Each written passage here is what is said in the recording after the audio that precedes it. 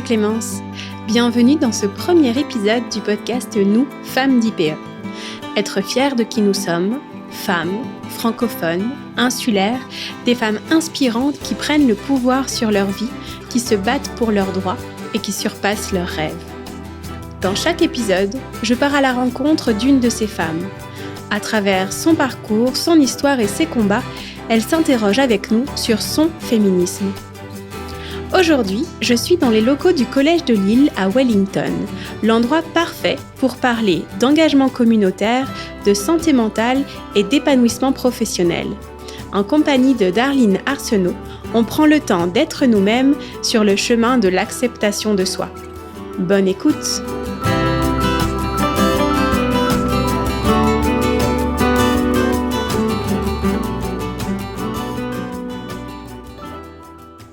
Bonjour Darline. Bonjour Clémence. Merci beaucoup d'avoir accepté de participer à ce podcast. On est très très contente de t'avoir avec nous.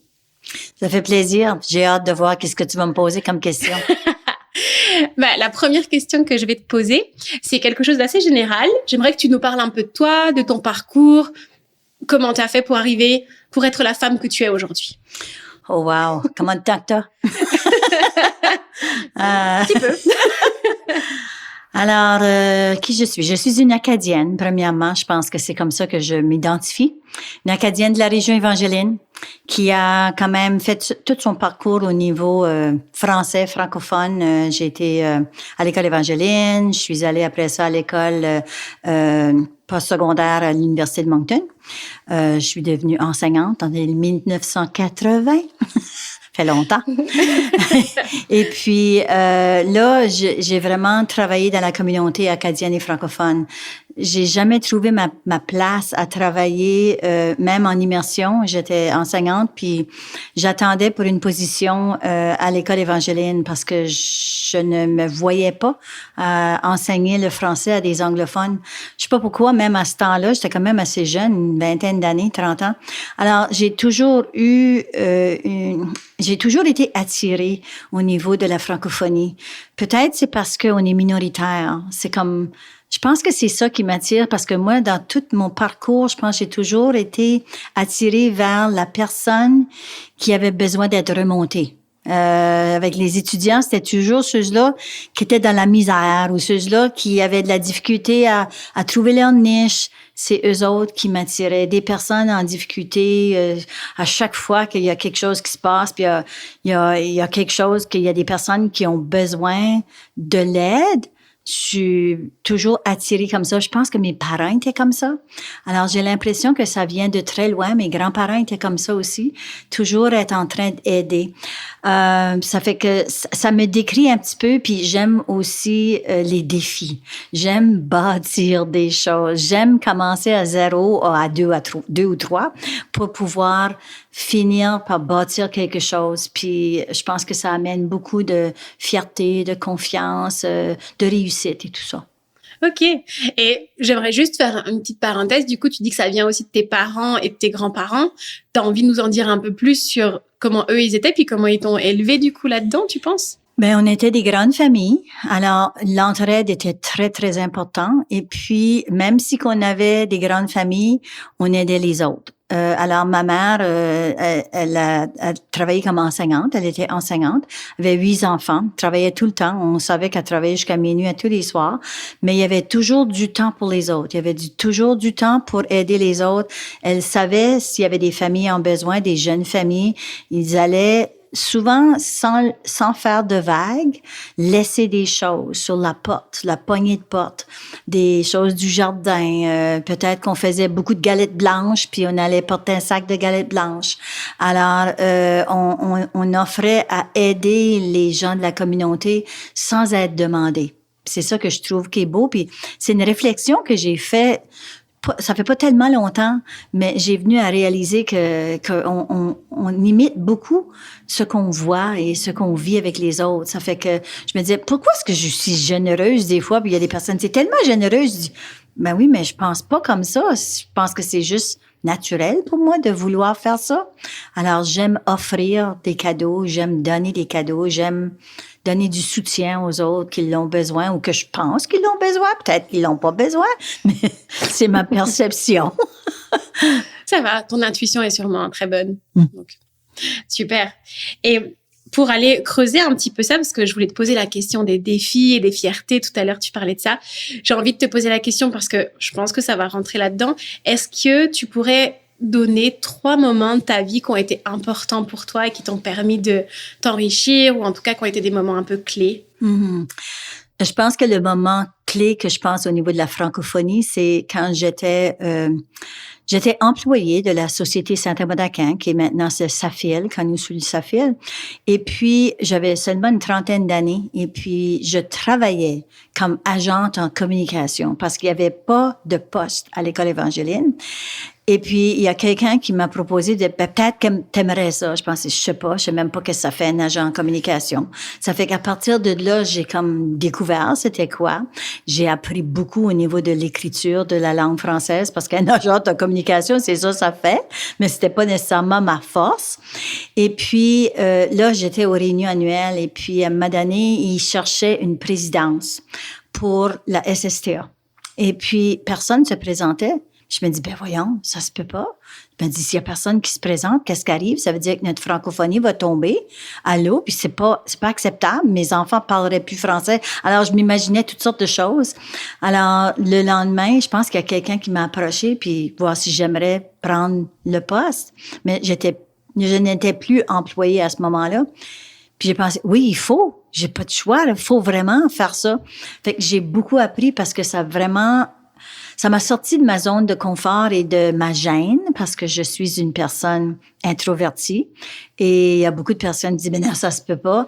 Mais oui, mais à force de faire des choses extroverties et de oser t'avancer, de oser essayer des nouvelles choses, de penser que t'es pas capable, mais finalement, c'est que tout le monde est capable de faire n'importe quoi.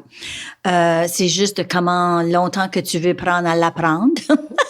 Ou d'être dans une zone de confort qui est inconfortable pour combien de temps, mais éventuellement, tu viens à être capable de faire n'importe quoi. Ça fait que je pense que le fait que je suis devenue présidente de la Société Saint-Amand-d'Aquin à l'âge d'une 30aine d'années, avec quand même 3 enfants à la maison et enseignante et impliquée dans d'autres comités et tout ça, ça m'a vraiment appris énormément de choses et ça m'a démontré que j'étais capable, que je pouvais m'affirmer, je pouvais expliquer des choses, je pouvais parler, on va dire, à la hauteur des autres, parce que je pensais toujours, eux autres, ils étaient là-bas en haut, puis moi, j'étais là-bas en bas, puis je me dis, ben non, finalement, on est capable de se parler, puis on est capable de comprendre des choses, on est capable de faire avancer toutes sortes de projets, on a tous chacun nos opinions, on a juste à écouter puis travailler ensemble.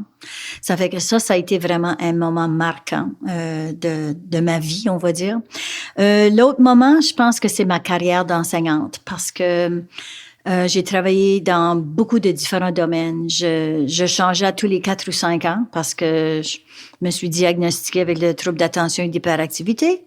Et puis, je ne peux pas rester en place et de faire des choses répétitivement. Alors, moi, la répétition, je m'ennuie, j'ai besoin d'une variété, j'ai besoin des défis, j'ai besoin de toutes sortes de choses. Ça fait que j'ai vraiment fait le tour au niveau de l'enseignement. J'ai travaillé au ministère de l'Éducation, à la commission scolaire, à la direction d'école, direction adjointe, bibliothécaire, enseignante de première année, enseignante au secondaire. J'ai quasiment tout fait, mais j'ai tout adoré. J'ai beaucoup aimé parce que ça m'a donné une opportunité d'apprentissage. Puis moi, j'adore apprendre. J'adore le changement. Puis il y a des personnes qui aiment pas le changement. Moi, c'est comme, j'aime pas les choses qui sont monotones. J'aime pas faire des choses que je sais déjà faire. Je veux faire des choses nouvelles. Ça fait que ma carrière en enseignement m'a permis de faire ça. J'ai beaucoup, beaucoup aimé. J'aimerais, avant qu'on passe au 3e moment, j'aimerais rebondir là-dessus. Comment tu fais à un moment quand tu es dans un poste pour te dire « Ah ben là, j'ai envie de changer ». Tu vois, c'est difficile d'arriver à se rendre compte déjà qu'on n'est plus à sa place et puis aussi de faire le changement. Même si tu dis que t'aimes, il faut quand même de l'énergie. C'est les opportunités qui se présentent. Alors, ça a toujours été des opportunités. Alors, des fois, c'était un déménagement par la force des choses, on est déménagé à Charlottetown parce que mon mari avait un poste qui l'intéressait beaucoup. Et puis, on a discuté, puis finalement, on a déraciné la famille, puis on a déménagé à Charlottetown. Et j'ai fait une demande de transfert. J'allais enseigner les 7e années en mathématiques. Je suis rien de bonne du tout en mathématiques. Et ça me faisait vraiment paniquer. Je me dis, oh mon Dieu, les pauvres enfants. C'est comme ça, je pensais, les pauvres enfants, ils vont rien apprendre. Puis c'est eux autres qui vont en savoir plus que moi. Puis j'ai dit au directeur du moment, j'ai dit, je peux pas enseigner les mathématiques. C'est impossible. Il dit, c'est le seul poste qu'on a. Puis je pensais, voyons, qu'est-ce que je dois faire? Puis là, je commençais vraiment à dire, faut que je fasse une autre décision parce qu'on déménageait à Charlottetown. Finalement, le poste de direction de l'école François Buat est sorti, est paru dans les journaux. Et puis, je me dis, mon mari a dit, applique pour ça. Je pense, là, il y a une grosse différence entre la 7e année, là, enseignante, puis une direction d'école. J'ai jamais fait ça. Il dit, oui, t'es capable. J'ai dit, non. Il dit, oui, essaye-le. Finalement, j'ai postulé, puis j'ai eu le poste, puis j'ai adoré faire l'entrevue. C'était ma partie préférée. C'était de faire l'entrevue parce que c'était une grande entrevue de presque 2 heures où ce que tu faisais vraiment une analyse au niveau de ta philosophie d'éducation. Et puis, quand on m'a annoncé que j'avais le poste, je pensais, oh mon Dieu, je sais pas si je veux ça. Je pensais, c'est quoi ça, une direction d'école? Puis, ça a pris du temps, mais j'ai travaillé avec vraiment des personnes formidables. Et puis, j'ai rentré dans le poste. Puis, il y a beaucoup quand tu commences quelque chose de nouveau, il y a beaucoup de choses à apprendre, énormément de choses à apprendre. Tu es très débranlé. Alors, il faut que tu acceptes que ça fait partie de le nouveau poste. Ça fait pas de différence quel âge que tu as, ça fait pas de différence combien d'expérience que tu as. Quand tu commences une nouvelle chose, il y a ce moment-là et ça fait partie de l'apprentissage. Ça fait que c'est souvent des opportunités qui se présentaient. Des fois, c'était, OK, je dois m'en aller chercher ailleurs parce que il y avait un temps jusque ça faisait 5 ans, puis je commençais à être tannée. Je commençais à être, la routine s'installe, je trouve plus de motivation, de défi. Alors là, je commençais à chercher, puis il y avait toujours quelque chose qui se présentait. Puis tu parles aussi du support de ton mari qui disait, mais si, t'es capable, ça c'était important pour toi? Très important, parce que lui, je pense qu'il me connaissait peut-être plus que je me connaissais. Il me dit souvent ça. Et puis, je pense qu'il voyait que je serais capable de le faire. Moi, je manquais un petit peu de confiance. Puis finalement, c'est que je me dis, oui. Puis à force de faire des choses qu'on pense qu'on n'est pas capable de faire, là, on vient à gagner de confiance. Puis là, on dit, oui, j'ai déjà été dans cette situation-là à plusieurs reprises, selon moi, en tout cas, parce que je change souvent. Puis je me dis, c'est correct, ça fait partie de l'apprentissage. Comme par exemple ici au Collège de Lille, les 2 premières semaines, je me dis, que je m'embarquais dedans. Oh mon Dieu, à l'âge que j'ai, je me dis... Il n'y a pas d'âge, t'as dit tout à l'heure. Hein? T'as dit, peu importe l'âge, on peut changer. Oui, exactement. Ça fait que c'est pour ça que, tu sais, je me disais, des fois, c'est que quand on a été à la retraite pour un certain temps, puis avec la pandémie, ben moi, j'étais plutôt, on va dire, mon cerveau était dormant. Un petit peu parce que je veux dire, il n'y avait pas de pression au niveau intellectuel, au niveau des ressources humaines, toutes sortes de choses comme ça, la gestion des ressources humaines.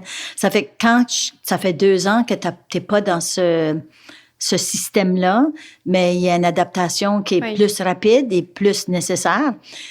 Mais je me disais toujours, tu sais, je vais à la retraite, c'est vraiment pas possible pour moi, puis que ça me stresse trop. J'ai juste à lui dire, salut, je m'en vais, je reste chez nous.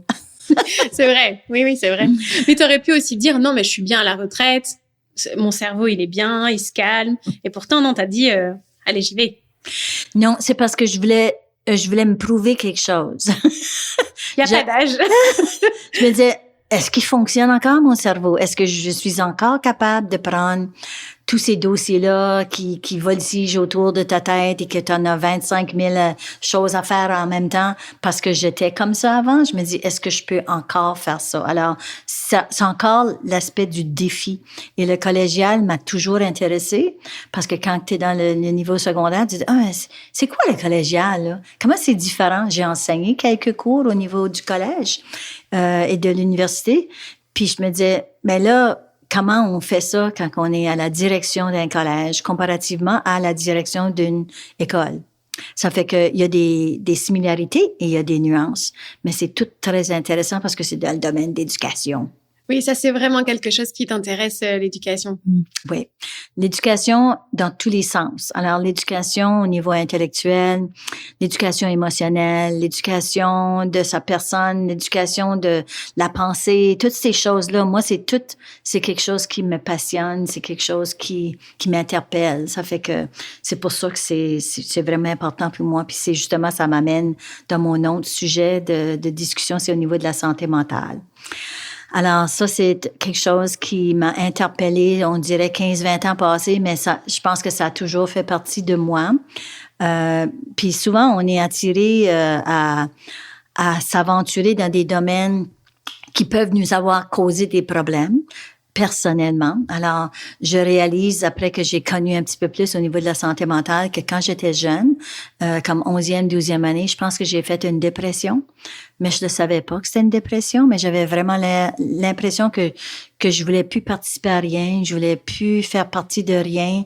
Puis j'étais très réservée et recroquevillée sur moi-même, là, tu sais. Puis je me disais, tu sais, pourquoi est-ce que j'étais comme ça? Mais je pense que ça vient de loin. Puis après ça, là, j'ai connu le Village des Sources. Et puis, j'enseignais aussi la formation personnelle et sociale.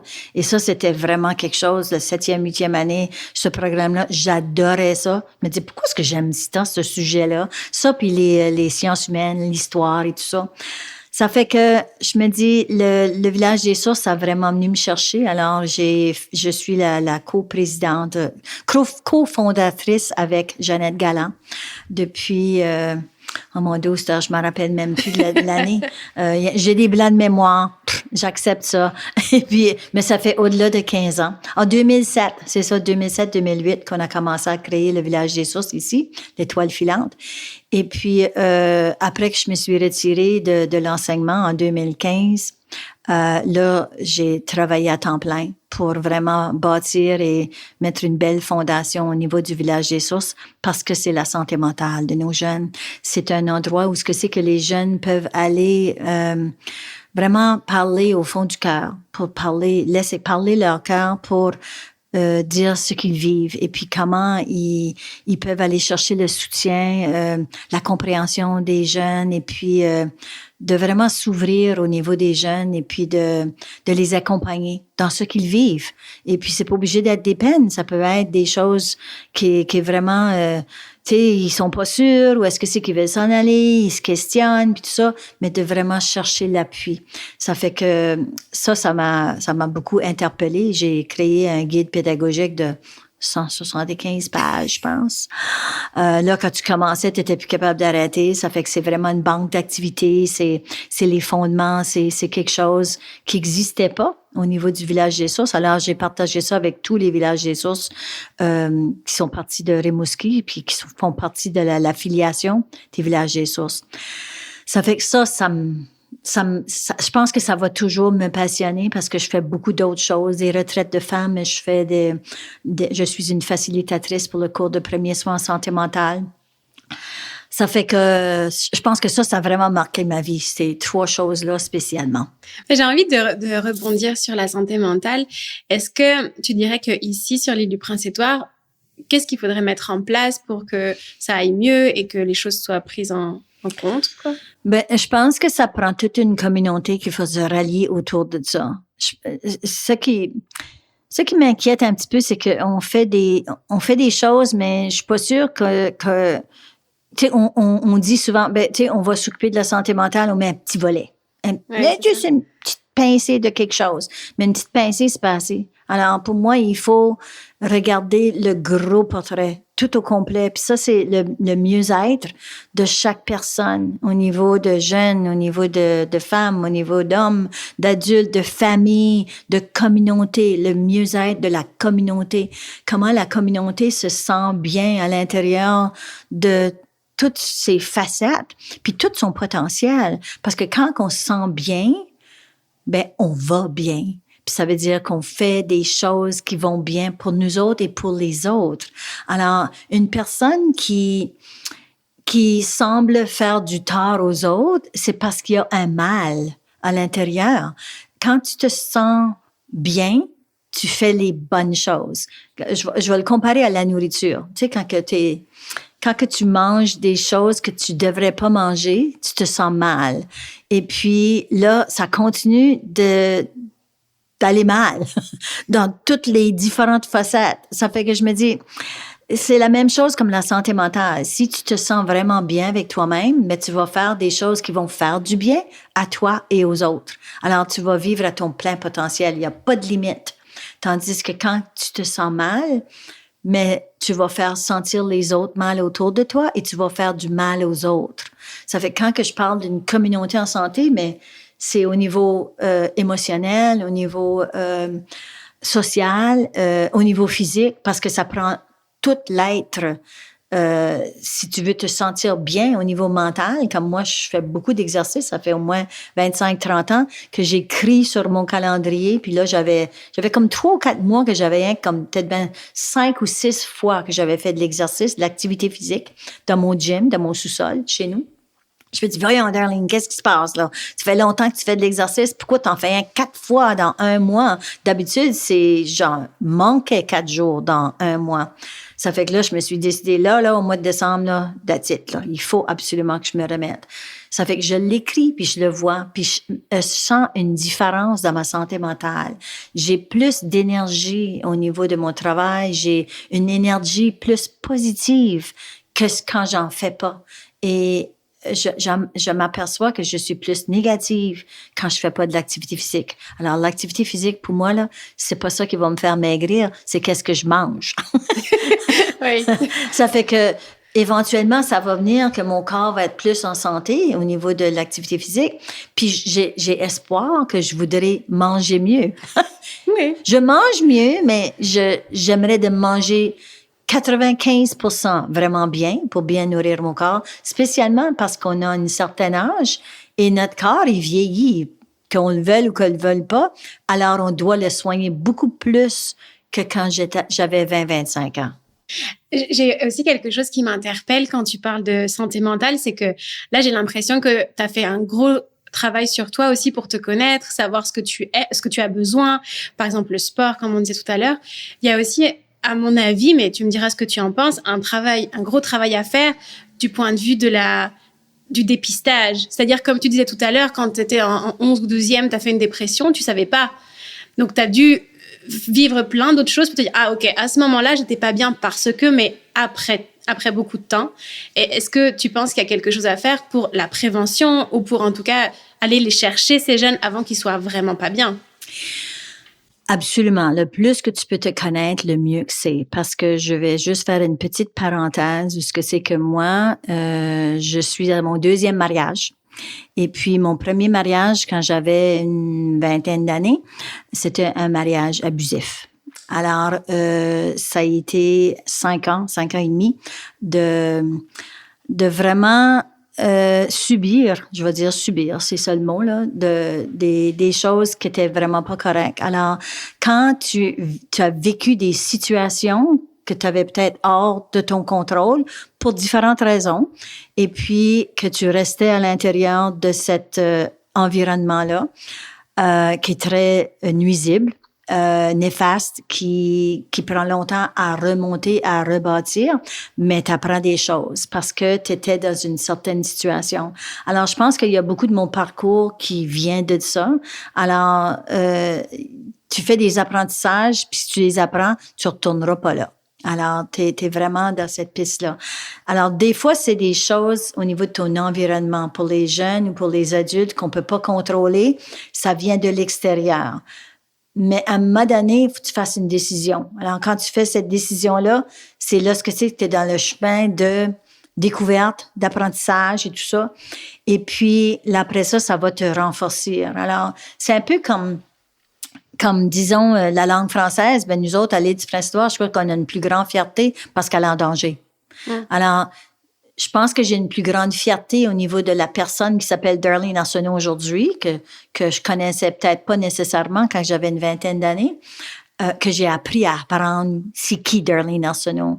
Puis comment j'essaye d'être et de vivre ma meilleure vie, d'être la meilleure personne possible, puis d'être fière et accomplie au niveau de ce que je fais.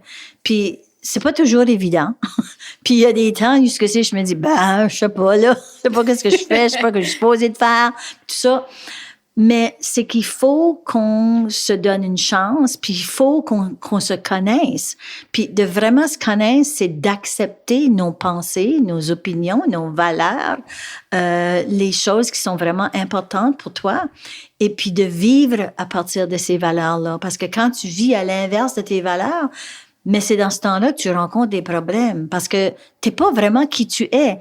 Tu es qui tu penses que les autres pensent que t'es. C'est ça, tu te rends pas forcément compte que t'es pas cette personne. Exactement. Oui. Ça fait que, puis je vais dire que je pense que mon mari m'a beaucoup aidé à mieux comprendre qui je suis, puis de faire ce que je peux faire, et puis de m'aventurer là-dedans. Puis il y a d'autres personnes qui voient tes qualités, puis toi, tu les vois pas. Puis c'est les autres qui vont te dire, ben oui, t'es capable de faire ça. Ben oui, ben t'es comme ça. Je suis pas comme ça. Ben oui, c'est vrai. Oui, ça te fait penser après. Mm-hmm. Mais le côté aussi de l'environnement autour de toi est aussi très important. Parce que là, tu as eu la force aussi de dire, OK, je suis dans un environnement qui est pas sain pour moi et je m'en vais, mais tout le monde le fait pas.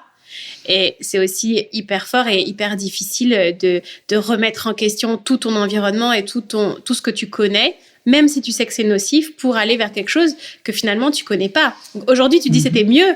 Mais quand t'es partie, tu pouvais pas savoir. À mon dos, non. Puis moi, j'avais 3 petits-enfants. Et puis, j'ai quitté plus qu'une fois. Et j'ai quitté que j'avais 2 enfants. Et puis là, finalement, j'en ai eu un autre. Et puis là, après ça, ça a été fini quand mon enfant, le plus jeune, avait 2 mois. Puis je me trouvais sans maison, mais j'avais mes parents. Alors moi, j'avais quand même... Mais de me demander à mes parents de me prendre avec mes 3 petits-enfants, c'est pas évident, là. Les autres, ça faisait longtemps que les enfants étaient partis. Ça fait que, tu sais, des fois, tu sais que t'as pas le support, puis tu sais pas par où te tourner. Et moi, j'étais une enseignante, alors j'avais quand même une carrière que je pouvais être monoparentale et tout ça.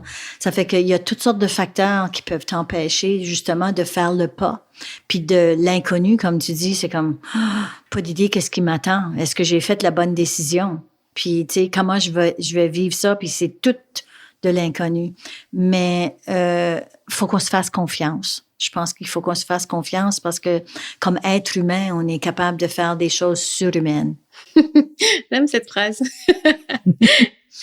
J'aime beaucoup cette philosophie de pensée. Mm-hmm. Si ça te va, on peut changer un peu de sujet. J'aimerais qu'on parle de féminisme. Est-ce que tu peux me parler... Alors, je ne sais pas si tu as eu un déclic ou en tout cas, qu'est-ce que c'est pour toi le féminisme? Ça, c'est des grosses questions, ça. Parce que je pense que c'est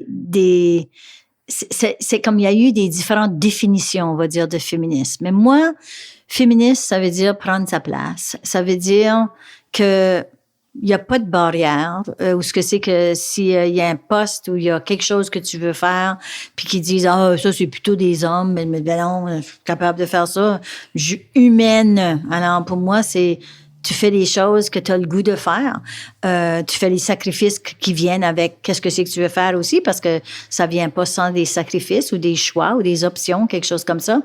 Mais pour moi, féministe, c'est de vraiment ne pas céder sa place, ou ce que c'est que si tu as le goût de faire quelque chose, si tu as le goût de dire quelque chose, si tu as une opinion sur quelque chose, tout le monde va jamais penser comme toi. Puis c'est ça la beauté de la race humaine, c'est que on a toutes des différentes opinions, des différentes cultures, des différentes façons de penser, et de vraiment être capable de faire ce que tu as le goût de faire, de vivre la vie que tu as le goût de vivre, parce que c'est rien que toi qui l'appartient. Ta vie appartient pas à personne d'autre. Ça fait que c'est vraiment toi qui fait ton plan de qu'est-ce que c'est que tu veux faire. Et puis, de aussi être féministe, pour moi, c'est de dénoncer quand il y a des choses qui ne sont pas correctes. Parce que juste parce que les choses ont toujours été faites comme ça, qu'on a toujours pensé comme ça. Puis si je vois des injustices, je me dis, voyons donc. c'est pas correct. Il faut que tu dénonces les injustices ou faut que tu fasses au moins réfléchir à la personne qui est en train de faire une injustice au niveau des femmes, au niveau d'un groupe même, tu sais, un regroupement, puis de dire, ben, as-tu pensé qu'est-ce que c'est qui est l'implication de ça ou de cette pensée-là ou de cette action-là? Ouais. Est-ce que toi, tu as vécu ça? Enfin, j'imagine que oui, parce que tu dis que tu y vas, quoi. Mais est-ce que toi, personnellement, dans ta carrière, tu dis, bah, prendre sa place? On parlait tout à l'heure de la carrière, où tu te disais, bah, même si c'était une place, entre guillemets, d'homme, ben, j'y vais quand même, parce que je me dis que ça me parle. Est-ce que toi, tu as vécu ça? Tu as eu besoin de lutter, on va dire, ou contre quelque chose, par rapport à ça? Pas beaucoup, parce que dans le métier d'enseignante, c'est plutôt des femmes. C'est plutôt les hommes qui vont essayer de prendre leur place, avec toutes les femmes qui sont là, qui ont des opinions, qui ont des façons de faire et tout ça. Et puis, même au niveau de les organismes francophones, dans ma carrière, je veux dire, il y avait beaucoup de femmes. La femme a quand même beaucoup de responsabilités et est capable de gérer beaucoup de choses en même temps. Parce que je pense que c'est la manière que notre cerveau est fait aussi. Ouais. Puis ça, c'est pas de notre faute. Je sais pas si c'est une bonne chose. Je sais. Ça, je dis, c'est pas de notre faute. Ça fait que j'ai pas vraiment rencontré trop de choses dans ma vie que vraiment que j'ai vu qu'il y avait besoin à défendre. Il y a eu peut-être il y a des petits moments où il y a des fois qu'il y a des personnes qui vont faire des farces, là, des petites jokes, là. Puis si je l'aime pas, là, je vais leur dire. Je vais dire, hey, là, arrête donc, là, tu sais, tu parles contre les femmes ou contre quelqu'un ou quelque chose comme ça, tu sais. Ça fait que c'est un peu comme ça que je vois le féminisme. Moi, c'est comme ça sa place parce que on doit s'assurer qu'on s'affirme, puis que si je retourne en arrière, j'ai l'impression que j'aurais pas été une bonne femme, moi, 50 ans passés ou 60 ans passés, parce que ou même 100 ans passés, où ce que c'est que les femmes étaient même pas vues comme des êtres humains. Je me dis, Darlene n'aurait pas été bien là. Puis j'ai l'impression qu'il m'aurait probablement attaché un poteau et m'aurait brûlé. Parce que j'aurais probablement pas accepté les choses comme ça. Ça fait que je sais que ça vient me chercher, mais je pense que dans le monde d'aujourd'hui, c'est moins présent que ce l'était comme 150 ans passés, où c'était vraiment totalement inacceptable. Oui, c'est sûr. Tu parles du féminisme, donc oui, tu pouvais même pas exprimer ces idées-là. Comme tu dis, tu n'étais même pas une personne, donc. Non, on n'a même pas le droit de vote parce qu'on n'était pas une personne. Je me dis, voyons donc, c'est aberrant ça, de penser à ça, qu'on n'avait pas le droit de vote. Puis il y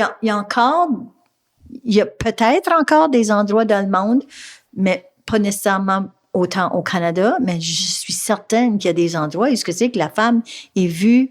Juste parce qu'elle est une femme, elle est vue différemment. Puis je me dis, comment on fait pour changer cette culture-là? Parce que c'est pas acceptable. Tu sais, puis il y a des choses dans le passé qui ont été faites qui font absolument un non-sens. Mais c'est important de dire ça parce que, en fait, ça aide aussi à se retourner puis à dire, OK, il y a quand même beaucoup de choses qui ont été faites pour qu'on arrive là aujourd'hui. Parce que c'est vrai que des fois, on a tendance à s'arrêter sur aujourd'hui et se dire, il y a encore tellement de choses à faire. Et des fois, on se retourne et on se dit, OK, ça donne un peu de courage pour aller un peu de l'avant et dire, il y a plein de personnes, des femmes, mais aussi des hommes qui ont fait en sorte que les femmes aient une place plus importante. Donc, continuons sur cette lancée, pas après pas. Ça donne du courage, je trouve. Oui, parce que vraiment, on a fait beaucoup de pas. Mm-hmm. Puis, faut pas oublier que juste 100 ans passés, c'était très, très différent. Alors, on a fait du chemin dans 100 ans. Oui, c'est ça, exactement. Non, c'est important. Ça rebooste un peu. Oui. Du coup, on en a un peu parlé tout à l'heure, mais qu'est-ce que toi, tu aurais envie de dire à la petite Darlene qui avait 10 ans? Peut-être un conseil, mais ça peut être aussi, je sais pas, quelque chose que tu aurais envie de partager avec elle. Je pense que j'étais très, très gênée. J'étais vraiment gênée, moi, quand j'étais jeune. Puis, je ne disais rien. Puis, souvent, j'étais la personne qui était mouton. Je sais pas si tu connais cette expression-là. Mais ça veut dire, je suis tout ce que les autres font. Je ne questionne pas du tout mes actions, mes paroles, mes choix et tout ça. Alors, parce que j'étais gênée, je ne faisais pas de vagues. Mais Darlene d'aujourd'hui avait plein de vagues. J'ai du mal à croire. Puis c'est ça qui est bizarre parce que maintenant, j'aime faire des vagues. J'aime, brasser les choses pour faire avancer des choses. Mais quand j'étais jeune, ça, je me rappelle jusqu'à probablement, peut-être même jusqu'à la vingtaine. Okay. Jusqu'à ce que j'ai vécu ce moment-là familial difficile, là, au niveau de l'abus et tout ça. Je pense que c'est là que ça m'a changé. Parce que je me dis, c'est pas acceptable que je vive comme ça et que mes enfants soient dans une situation comme ça. Alors, je pense que c'est ça qui a fait le déclic. Que je dois m'affirmer, je dois prendre ma place, je dois vivre ma meilleure vie. Et puis, je pense que c'est parti de là. Ça fait que si j'aurais quelque chose à dire à la petite Darlene là, de 10 ans, là, c'est comme, ben oui, fais du bruit, parle, dis quelque chose. Les autres vont peut-être t'écouter ou pas t'écouter, c'est pas grave, dis-le pareil. Oui, une fois qu'on a fait ce cap-là de se dire que je dise ou que je dise pas les choses, finalement, les autres, ils changent pas tellement leur regard sur moi, donc autant lâcher. Mais c'est difficile aussi, puis quand on est enfant, encore plus. Mm-hmm. Parce que l'impact est pas sur les autres, l'impact est sur toi. Parce que c'est comme moi qui était restreint. C'est moi qui ne permettais pas d'ouvrir toutes les possibilités. Parce que je les croyais pas ou je les voyais pas, j'ai aucune idée. Mais je sais que j'étais très gênée, puis j'étais pas une qui s'affirmait, à part qu'avec ma mère. Ma mère te dirait ça, ben Darlene, tu disais tout le temps que tu avais à dire.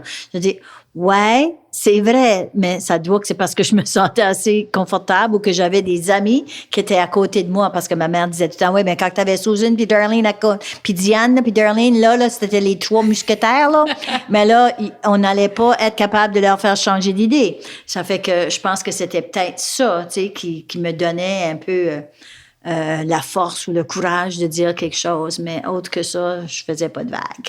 Ah, c'est drôle. Mais je trouve aussi c'est assez intéressant des fois de voir, de retrouver des petites choses de toi quand t'étais enfant, puis quand t'es plus assumé, plus grand, de dire, ah, en fait, ça, c'était déjà un petit truc qui aurait dû me dire, ah oui, je suis un peu comme ça. Donc, oui. C'est hyper intéressant. Il y a plein de gens qui me disent, ah oui, mais quand j'étais jeune, je dessinais beaucoup, puis après, je dessinais plus du tout. Mm-hmm. Puis, arrivé à un certain âge, je me découvre, et là, je me dis, ah, ben, j'adore le dessin. Et tu te souviens qu'en fait, c'était quelque chose que tu avais déjà en toi depuis très longtemps. Comme moi, comme enseignante, là, je savais à l'âge de 10 ans que j'allais être une enseignante parce que ma mère était enseignante. Puis quand elle arrivait de l'école, tout de suite, je prenais son sac d'école pour voir s'il y avait des choses à corriger.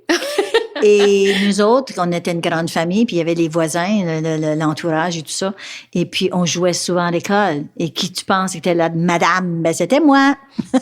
J'ai joué l'enfant, je pense, une fois, mais j'étais terrible comme étudiante parce que je voulais jamais écouter. Ça fait qu'ils m'ont remis comme enseignante. À l'enseignante, elle peut ne pas écouter, ça va. Oui, mais... c'est ça, oui. Ça fait que, tu sais, il y a des choses comme ça que tu te rappelles. T'es en train de tracer ton caractère un petit peu. Oui. Mais après, c'est vrai qu'avec du recul, quand tu sais qui tu es, c'est plus facile d'aller chercher ces moments-là.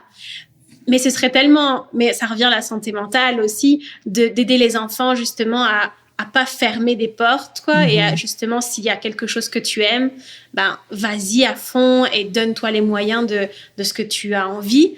Et aussi, je trouve qu'il y a quelque chose dans renforce tes qualités, et perds pas tant d'énergie sur tes faiblesses. Mm-hmm. Je trouve, enfin, pour moi, en tout cas, peut-être que tout le monde pense pas comme ça, mais j'ai l'impression que parfois, tu perds tellement d'énergie à dire, oh, j'aimerais tellement être comme ça. Alors que si tu mettais cette énergie-là à être encore mieux celle que tu es déjà, ben, tu gagnerais un temps fou. Mm-hmm. Absolument. Et aussi, il y a des choses que tu penses que tu aimes pas, puis si tu l'essayes pas, tu le sauras jamais. C'est comme des fois, on veut pas goûter à de la nourriture, dire, oh, ça, c'est pas bon, je pense pas, j'aime pas ça. As-tu déjà goûté? Non. C'est ça. Alors, ben, comment tu sais que t'aimes pas? C'est vrai. L'environnement aussi fait beaucoup. Mm-hmm. Les gens qui sont autour de toi, ah, moi, j'aime pas ça, tu devrais pas goûter. Oui. Oui, t'as raison, je vais pas goûter. Mais c'est fun, c'est vraiment des bonnes choses. J'aimerais te poser la question aussi je sais pas, une expérience, un échec ou une fierté, ce que tu veux dans ta vie que tu aimerais partager avec nous. Ben, c'était mon échec, c'était ça, c'était ma gêne, tu sais, vraiment Okay. d'être gênée, puis de ne pas avoir peur de foncer, d'essayer, toutes sortes de choses comme ça, parce que je me dis, quand t'essayes pas, ça veut dire que tu te prives de quelque chose que tu pourrais aimer. Ça fait que des fois, tu vois des choses, tu dis, moi, j'aimerais ça d'être capable de faire ça. Puis, c'est tellement beau, c'est tellement fun, tu sais, comme t'es tellement talentueuse, tout ça. Et tu penses que toi, tu ne l'es pas. Mais en réalité, c'est parce que tu l'as jamais essayé. Puis, pour apprendre des nouvelles choses, c'est comme ma mère me disait tout le temps. Je parle souvent de ma mère, hein. Ma mère me disait, Darlene, pour faire du pain, là, elle dit, crois-tu que j'ai fait du pain la première fois puis c'était un bon pain? Elle dit, non! Elle dit, j'ai essayé à faire du pain plusieurs reprises. Il y en a, j'ai jeté à la poubelle. Il y en a, c'était pas trop pire. Mais elle dit, moi, là, j'ai fait du pain 1000 fois, 1500 fois, peut-être 5000 fois. C'est pas ça que je fais du bon pain. Elle dit, tu peux pas réussir du bon pain la première fois. Et aussi, quand tu fais de la cuisine, c'est que j'ai appris ça fait pas longtemps, une recette ne décrit pas les choses qui sont les plus importantes de la recette. Alors, pour faire du pain, ce n'est pas les ingrédients qui sont le plus important, c'est la texture de la pâte. Et pour avoir la texture de la pâte, c'est avec tes doigts que tu la touches. Et avec le toucher, tu peux savoir si la pâte est bonne. Alors, tous ces petits trucs-là, puis comment longtemps faut que tu fasses lever, puis dans quelles conditions, c'est tout un environnement, mais c'est pas écrit dans la recette. Ça fait, je dis souvent ça à ma mère, oui, mais je l'ai essayé, je l'ai fait à la lettre, parce que moi, d'habitude, une recette, je mets un petit peu de ça, je mesure pas tout le temps. Là, j'ai dit, cette fois-ci, j'ai mesuré, j'étais pas plus avancée. J'ai pas réussi ma recette pareil. Puis c'est la même chose, comme toutes les choses que tu as essayées dans la vie, c'est pas nécessairement exactement comme ça, parce que tu dois l'adapter à toi, à ta façon, faut que tu la modifies, faut que tu te l'appropries, faut vraiment que tu mettes ton petit grain de sel à l'intérieur. Hein. Ça fait que je me dis, que toi, tu fasses une activité ou une chose, puis moi, j'en fasse l'autre, on en retire tous les deux des différentes choses et le produit, à la fin, est différent, mais il est tout aussi valable un que l'autre. Et aussi, je sais pas, j'ai l'impression aussi qu'on n'ose pas forcément aller vers quelque chose de nouveau parce qu'on a peur de l'échec. Parce que l'échec n'est pas du tout une chose qui est bien vue. Alors, même si je nuance, parce que moi, je viens de France et j'ai l'impression que en France, l'échec est beaucoup, beaucoup moins bien vu qu'ici au Canada. Mm-hmm. Alors, je sais pas, tu vas me dire, toi, ce que t'en penses, mais en France, j'ai l'impression que t'es tout de suite sanctionné quand tu as un échec. Tu vois, t'as une mauvaise note ou alors on va te dire que c'est pas bon, que tu dois progresser, etc. Je trouve qu'il y a une plus grande place à l'échec ici dans l'éducation au Canada, mais je sais pas, qu'est-ce que tu en penses, toi? Ben, moi, je pense que justement, c'est la société nous met des échecs, puis il ne devrait pas avoir d'échecs, parce que vraiment, l'échec, c'est la clé du succès. C'est quand mes plus grands succès, c'était mes plus gros échecs. Après coup, sur le moment, peut-être pas, mais... Oui, mais ouais. C'est vrai, mais c'est que tes plus grands apprentissages, c'est à travers de tes échecs. Parce que là, tu es vraiment en apprentissage, parce que tu es à la quête de solutions. Tu es en train de réfléchir, tu es en train de construire, tu es en train d'apprendre, tu es en train de trouver des solutions. Alors, l'échec est pas bien vu dans la société, mais selon moi, ma façon de penser, je me dis, c'est seulement à travers de l'échec que je vais trouver des solutions. Puis que ça va être des solutions beaucoup plus valables, beaucoup plus riches, beaucoup plus approfondies. Alors, il y avait quelque chose que ma belle-sœur m'avait donné, puis c'est en anglais, c'est quelque chose comme if not this, what else is possible? C'est quoi? Qu'est-ce que les autres possibilités? Alors, tu rencontres une porte, elle est fermée, comment je vais réussir à l'ouvrir ou je vais aller en chercher un autre? Alors, qu'est-ce que les autres possibilités? Alors, faut que tu cherches, puis il y a des 1000 possibilités à toutes sortes de choses. Mais c'est que souvent qu'on s'arrête à la première porte, elle est barrée, on vire de bord, on rentre pas. Mais ça demande de la force et de l'énergie aussi, hein, de se poser des questions et puis de trouver d'autres solutions. Mm-hmm. C'est facile de tourner le dos et de changer de bord, hein. Ah oui, parce qu'on dit, la porte était fermée, j'ai pas été. Ah oui, mais il y avait d'autres portes, t'avais juste à rouvrir les autres, t'avais juste à t'en créer une, te bâtir une porte, bâtir un trou, fais quelque chose, tu sais. Ouais, c'est important ce que tu dis. Je suis contente que tu le partages avec nous. J'arrive un peu aux dernières questions. Alors, je sais pas si toi, tu as quelque chose dont on n'a pas parlé, que tu aimerais parler avant qu'on clôture un petit peu l'échange. Ben, on a parlé pas mal. J'ai parlé pas mal. C'est le but. Je sais pas si j'ai d'autres choses à dire. Je pense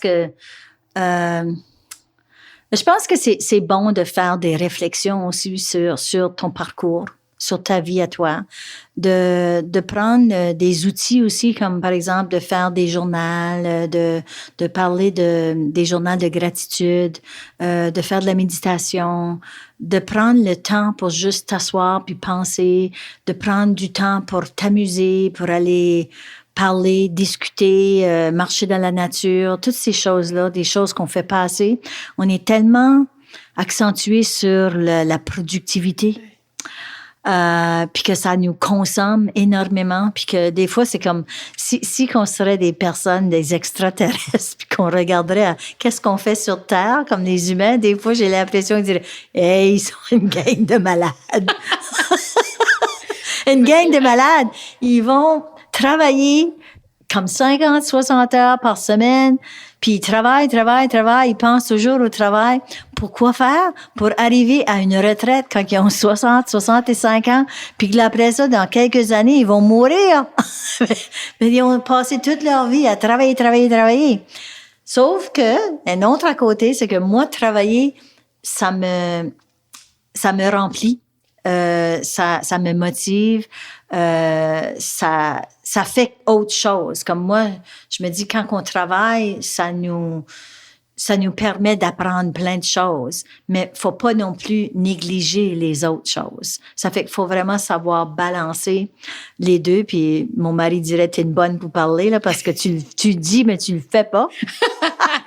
Mais tu peux être bien aussi en apprenant dans ton travail. Je pense que aussi, sans être dans la surproductivité, des fois, tu te nourris tellement de ton travail que c'est OK de faire beaucoup d'heures. Il faut juste que toi, tu sois OK avec la balance des autres choses qui sont dans ta vie. Mais quelqu'un, il pourrait travailler 20 heures et se sentir trop à bout et de pas pouvoir, et d'autres 60 heures et se dire, ça va, et puis je gère aussi à côté. C'est vraiment un équilibre, et le fait de se dire qu'on est tous différents et qu'on voit tous les choses différemment aussi, c'est important pour pas juger justement les autres, et puis qu'on puisse se dire, OK, moi, je veux bien faire 60 heures, et puis si mon collègue veut en faire 20 ou 30, c'est correct aussi. Oui, c'est ça. Puis de respecter le rythme des autres aussi, et la productivité aussi, parce que moi, je suis une personne, je sais que je travaille vite, puis que toutes les autres sont pas comme moi, puis eux autres, ils vont être moins productifs, mais ils vont ajouter autre chose à la tâche. Et puis, c'est des choses importantes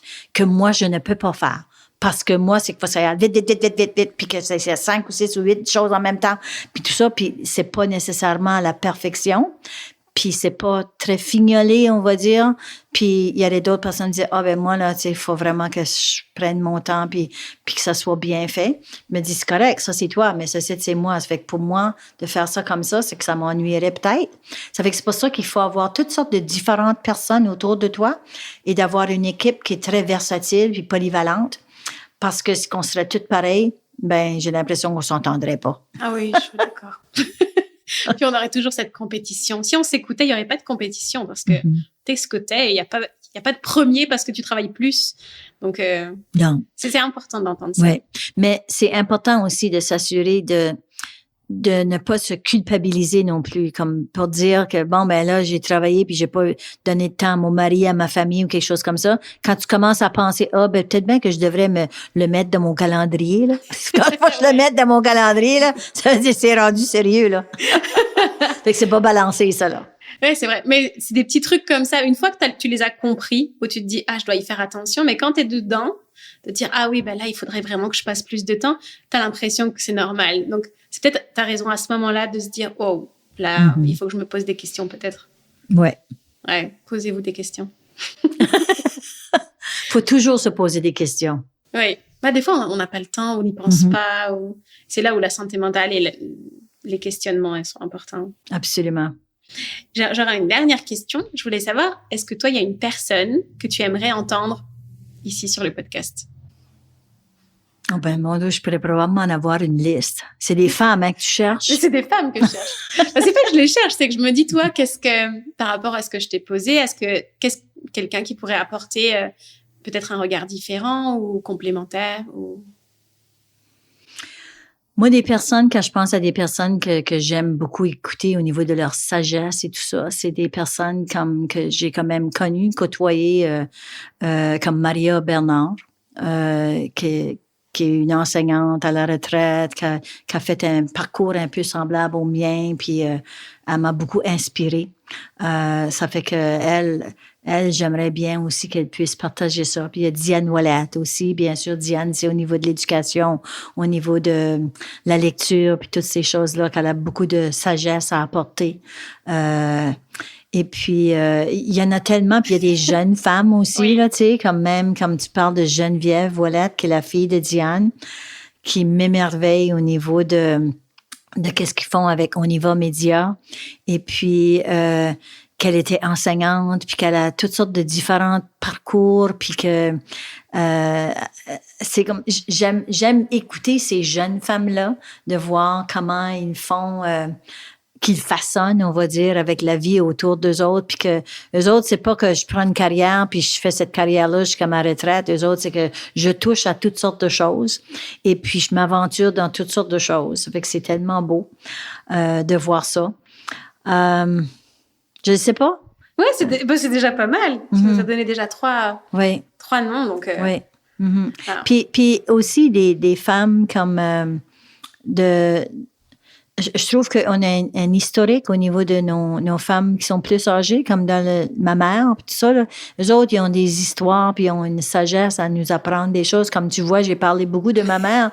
Des fois, on réalise pas comment est-ce que nos mères nous ont influencés, puis nous ont façonné de qui on est aujourd'hui, parce qu'on prend beaucoup de leurs valeurs, et puis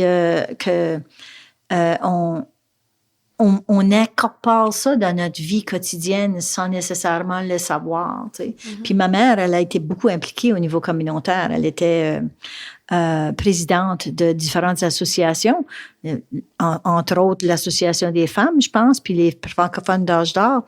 Mais c'était une femme qui était comme moi, qui était beaucoup introvertie, puis que par la force des choses, on démontre des qualités extroverties. On n'est jamais extroverti. C'est que à force de faire des choses, on va le devenir. Alors, on peut bien le cacher. Tu caches très bien. Oui, je sais. Mais les statistiques démontrent et je m'aperçois ma façon de penser. Quand même faire cette entrevue ici, je me dis, pourquoi j'ai dit oui? Mais t'as bien fait. Des fois, je me dis, j'aurais dû dire non. T'sais, vraiment, je sais pas si ça me tente de dire ça, mais là, je me dis, mais c'est correct, j'ai des questions d'avance. J'ai noté certaines choses, je faisais des petites réflexions. Puis j'ai dit, mais c'est avec Clémence, je connais Clémence, puis je vais être très à l'aise, puis tout ça. Mais une introvertie pense comme ça et on est obligé de se rassurer, tandis qu'une extrovertie va juste parler, puis va être plus... va pas peut-être faire ces réflexions-là. Puis ça, j'assume que c'est comme ça, parce que je connais des extrovertis, puis qu'eux autres, c'est, ils rentrent dans une salle, là, puis ils vont, tu sais, manœuvrer la salle, puis tout ça. Moi, c'est comme, OK, à qui je vais parler? Où je vais me placer? Qu'est-ce que je vais dire? Comment je vais faire ça? Mais je pense qu'elle parle à l'aide. Je veux pas aller introduire, je veux pas m'impliquer. Tu sais, c'est toutes des choses comme ça, l'introverti. Oui, tu te poses beaucoup plus de questions. Mais quand tu sais que tu es introverti, mais ça veut dire que tu prends conscience et après ça, tu te donnes des outils pour être capable de faire ce que tu es supposé de faire, c'est qu'on s'attend de toi ou parce que tu es supposé d'être à cette rencontre-là. Oui, c'est vrai, c'est assez bien résumé. Merci beaucoup, Darlene. C'était vraiment un plaisir de discuter avec toi. J'ai adoré toucher à plein de sujets. Donc, j'espère que tu ne regrettes pas. Non, je ne regrette pas. J'aime toujours faire ça, mais c'est parce que c'est comme une conversation. Vous venez d'écouter Nous, Femmes d'IPE, un podcast produit et réalisé par Action Femmes Île-du-Prince-Édouard, financé par Femmes et Égalité des Genres Canada et la Fondation canadienne des femmes. J'espère que cet épisode t'a plu. Si c'est le cas, n'hésite pas à t'abonner. Tu peux également nous donner le nom de personnes que tu as envie d'entendre ici en commentaire. En attendant, n'oublie pas de prendre ta place et à bientôt.